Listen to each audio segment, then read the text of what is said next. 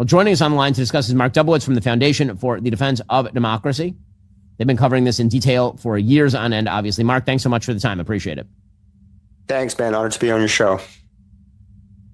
So, Mark, obviously, courageous move by the president of the United States. The big question here, I think, in most Americans' mind is what does the next couple of weeks look like? What is the end goal here? So I think the president was very clear in articulating that end goal, and that end goal is the elimination of Iran's reconstituting nuclear and missile programs, and also to prevent Iran from further developing its intercontinental ballistic missile program, which has only one address, which is the American homeland. And the president has also said that, Iranians now have a once-in-a-generation opportunity to take to the streets and take their country back. I think the Israelis are also looking to degrade those missile and nuclear capabilities, but it's the Israelis who are really going after leadership targets, and it's the Israelis who are responsible for eliminating Ali Khamenei, the Iranian supreme leader today, who's been ruling that country with an iron fist and is responsible for the deaths of hundreds of thousands of Americans and Iranians and Israelis and others over the years. So, Mark, when we look at how the next couple of weeks unfold, obviously it's an aerial campaign. The question I think a lot of people have in mind is how much damage can they do? What are the chief targets? Obviously, they're going after ballistic missile launchers. There are a lot of missile launchers that are mobile. Iran has been having trouble, it appears, getting its ballistic missiles in the air because it takes time to charge them up. As they charge up, because of the superiority of both the American Air Force and the Israeli Air Force, they've been taking out a lot of those missile launchers. What should we expect over the course of the next week? So, Ben, I think we can continue to see that the United States and Israel will try to neutralize those dangerous capabilities. I mean, Iran has a pretty significant arsenal of ballistic missiles, maybe 2,000 missiles. They're certainly husbanding some of them. They're not going to fire them all at once.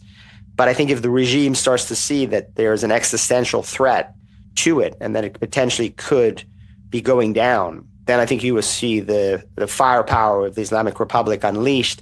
They also have sleeper cells around the world, including the United States. And it's concerning to say this, but it could be terrorist attacks targeting Americans and Israelis, soft targets like Jewish community centers and synagogues. So I think we have to be prepared for all these contingencies because the Islamic Republic is truly on its knees. And if America and Israel take it on its back, then it's going to go down fighting.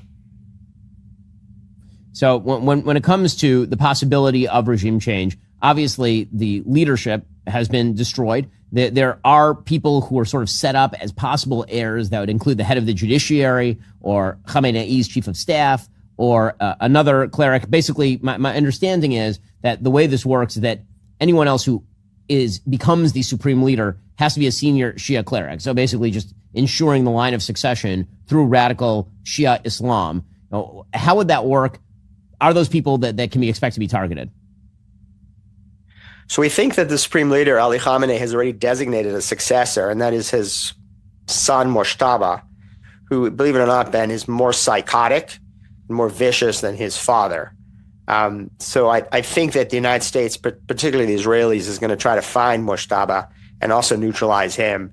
And then I think President Trump made it very clear in his 8-minute speech announcing military operations that he's giving the IRGC and the senior leadership a choice. They can either lay down their weapons and keep their money and keep their positions, or President Trump is going to eliminate them. And he certainly has followed through on those threats now on 3 separate occasions. So anybody who thinks that he's bluffing is foolish.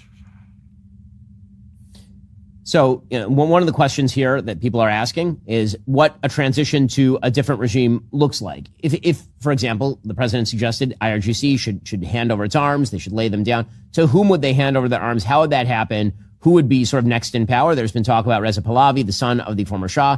There's been talk about sort of other measures to be taken. Who are sort of the possibilities who are not inside the regime?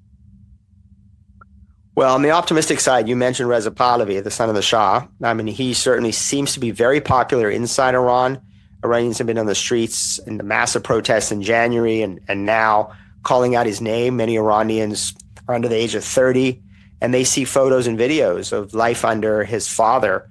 And Iran was a secular and moderately religious state where people enjoyed a really high quality of life. So they hearken back to those days. I think Pahlavi is a serious contender, at least to lead, Ben, a transition. And he said that he doesn't want to rule as an autocrat. He doesn't want to be the next Shah, but he wants to lead a democratic transition and build a constitution and have elections. And, one could imagine him being the Persian King Charles, a constitutional monarchy ruling over a democracy. And Iran, by the way, pre-Islamic Republic, has quite a bit of experience with representative democracy. So it's not unusual for Iran to go back to a more democratic and liberal tradition. Well, that is Mark Dubowitz from the Foundation for Defense of Democracy. Thanks so much for the time, Mark, and thank you for the insight, as always. Thanks so much, Ben. Appreciate it.